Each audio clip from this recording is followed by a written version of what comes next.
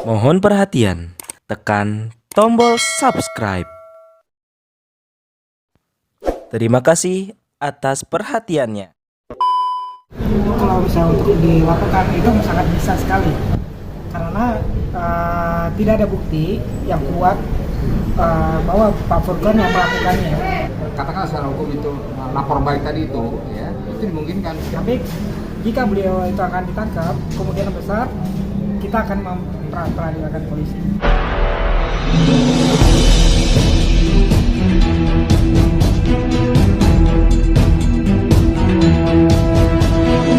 Saya Yani Muhammad, driver online Depok.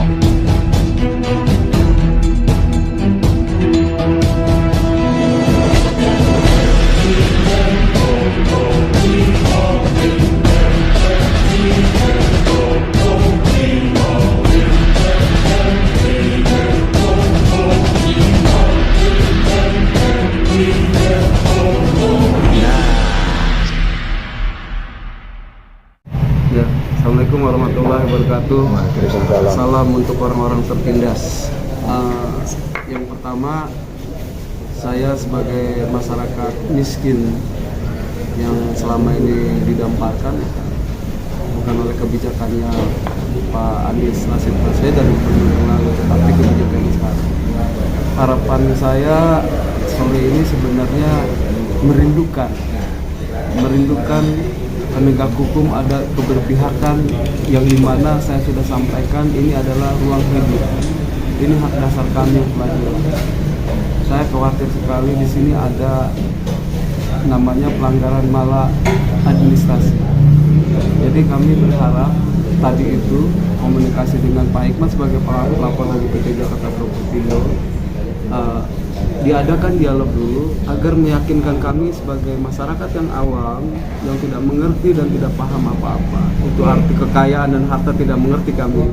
Yang penting bagaimana kami ruang hidup kami itu disisakan lah, jangan diambil semua oleh mereka gitu. Yang jelas prinsipnya kami meminta ada dialog terlebih dahulu, lalu dilakukanlah status quo gitu. Ketika dialog ini kepastian harapan itu tidak hilang, maka ya kami akan bernegosiasi dengan teman-teman semuanya di Kampung Melayu.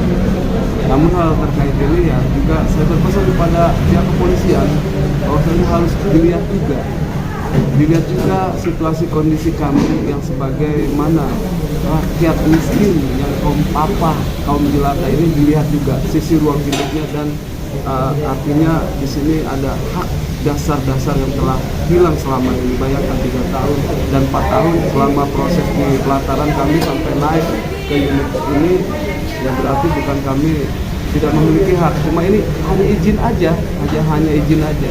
Entah Jakpro yang mengeluarkan, entah PJ Gubernur yang mengeluarkan, Allahu a'lam bishawab. Yang jelas kami meminta kepada pihak penegak hukum balance lah, jadi sama pukul rata, jangan sampai tidak imbang begitu. Karena ini bercerita atau realnya adalah tentang ruang hidup yang akan hilang. Tapi tadi itu hasilnya gimana Pak? Apakah sudah sesuai atau gimana?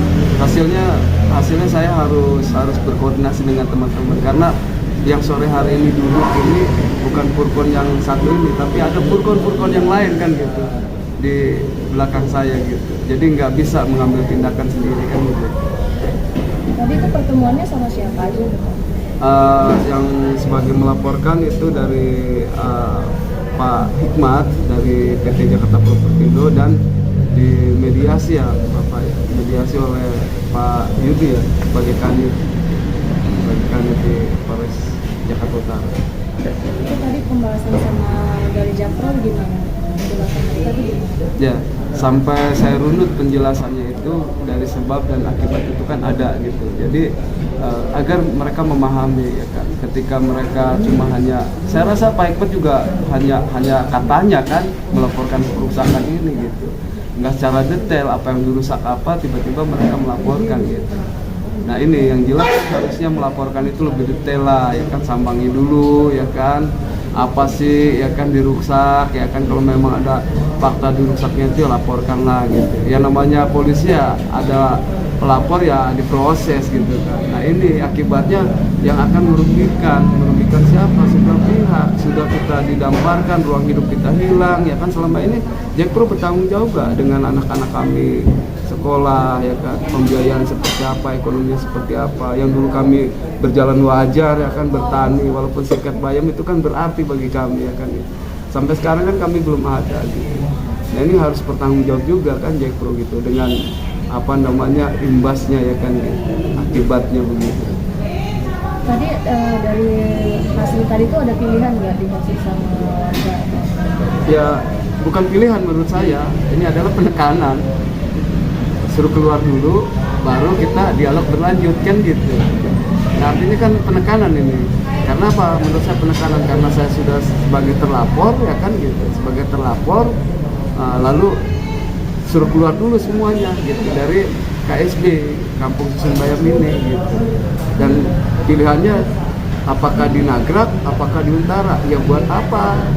Uang resume santunan yang kami pergunakan itu membangun hunian sementara walaupun bentuknya seperti kandang babi kan gitu. Menurut kami itu hasil karya kami, bagaimana caranya membuktikan kolaborasi dengan pemerintah, dengan PT Jack Pro dan yang lainnya. Karena kami yakin ingin menjadi warga yang living example gitu, percontohan. Kalau misalnya memilih nggak keluar itu gimana? Ya, kalau memilih nggak keluar berarti kan kami bertahan kepada posisi membuka mata hati mereka. Mereka harus memiliki win solution, bukan begini caranya. Ini rakyat miskin gitu, tidak ada menguntungkan buat mereka gitu. Nah, artinya iya, dan proses kan akan berlangsung tetap. Berarti kan ini penindasan berjalan kepada rakyat miskin kan gitu. Oh berarti kalau misalnya nggak keluar, proses berjalan. Ya? Proses berjalan. Akhirnya bapak bakal di polisi. Iya bisa, dipidanakan bisa. Walau misal kita Bismillah aja kan gitu. Kan bapak sebagai kuasa hukumnya gimana tanggapannya soal itu? Assalamualaikum warahmatullahi wabarakatuh. Waalaikumsalam. Saya tadi siang memang berkesempatan mendampingi Saudara Furqon ya, sebagai wakil kuasa hukum dari tim kuasa warga Kampung Bayam itu. Jadi agendanya pada siang sore hari ini di Polres Jakarta Utara adalah melanjutkan, artinya tindak lanjut dari proses permintaan keterangan dari pihak kepolisian kepada 4 orang warga sebelumnya. Jadi hari ini dicoba oleh pihak Polres para unit memanggil para pihak untuk diadakan disebutnya dalam mediasi itu restoratif justice. Jadi sebetulnya restoratif justice itu adalah upaya melakukan suatu penyelesaian hukum dengan cara kesepakatan pastinya, kesepakatan para pihak di luar pengadilan. Dan itu secara normatif mengacu pada peraturan Kapolri nomor 8 tahun 2021 kan seperti itu. Jadi diharapkan dengan adanya perundingan para pihak, apakah penggugat atau katakanlah terperiksa atau pelapor gitu, diharapkan dengan adanya RJ disebutnya begitu, itu ada upaya-upaya semacam musyawarah ya, jalan keluar sehingga proses hukum tidak berlanjut. Nah, itu yang tadi dibicarakan antara Pak Furqon dengan pihak yang diwakili oleh Jakarta Propetindo ya. Tadi dibicarakan solusi-solusi, alternatif pilihan-pilihan, tawaran-tawaran begitu.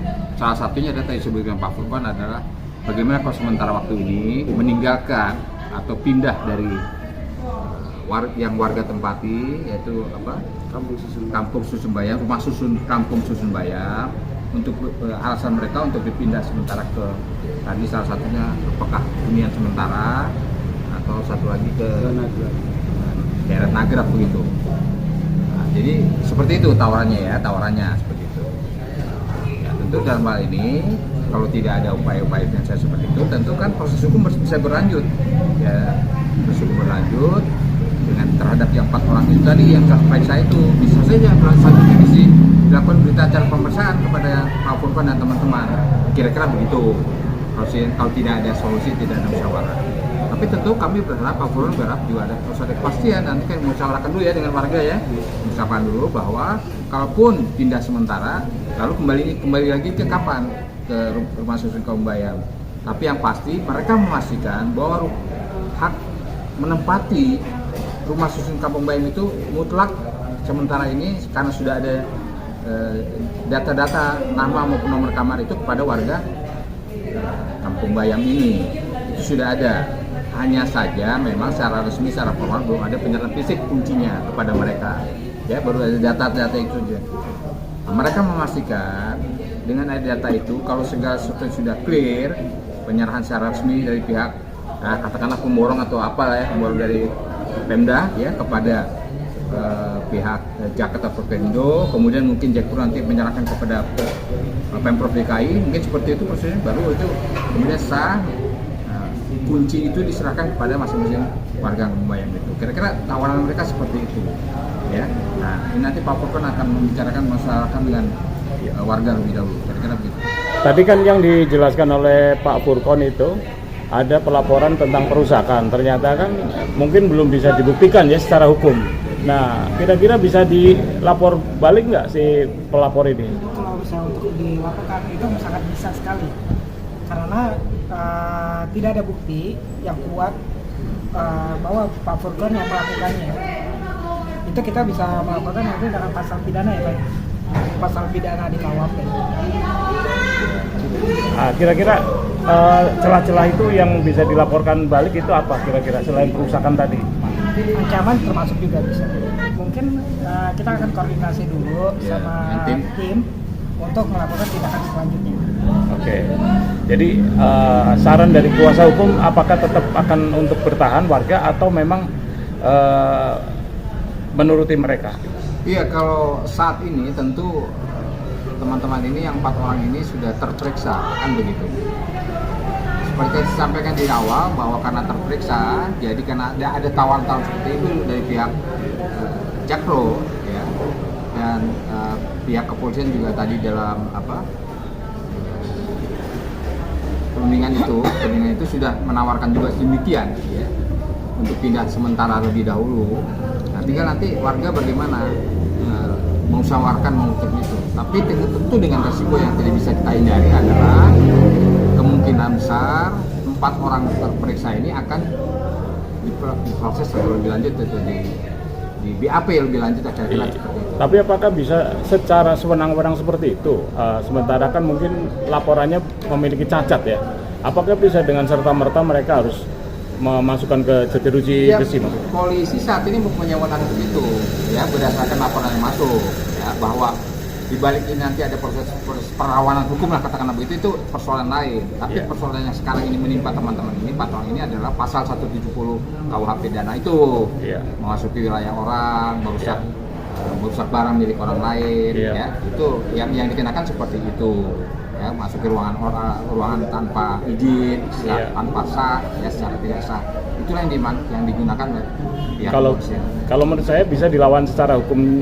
Misalkan kita lapor balik aja, karena kita tuh memiliki hak untuk lapor balik. Kemungkinan itu bisa saja, bisa. Kalau memang ada peluang-peluang kita akan katakanlah secara hukum itu lapor balik tadi itu, ya itu dimungkinkan. Tentu ada pihak atau rekan-rekan atau teman-teman warga Kampung Bayam yang lain yang melakukan tidak oleh Pak Furkon lagi. Pak Furkon bisa juga mereka, tapi keterbatasan waktu ini kita juga bekerja dengan waktu ya, jangan sampai polisi lebih cepat kemudian proses beliau dan ada tindak lanjut yang lebih lanjut, misalnya ditahan atau seandainya pun kalau misalkan beliau ditahan ya, atas dasar apa? Atas dasar apa dia itu ditahan? Gitu. Kami bisa aja memperapit ya, memperadilakan polisi tersebut karena tidak sesuai dengan KUHP, Kitab Undang-Undang Hukum Acara Pidana. Jadi, tapi kami akan koordinasi dulu, tim advokatnya akan koordinasi langkah hukum untuk selanjutnya. Tapi jika beliau itu akan ditangkap, kemungkinan besar kita akan memperadilakan polisi.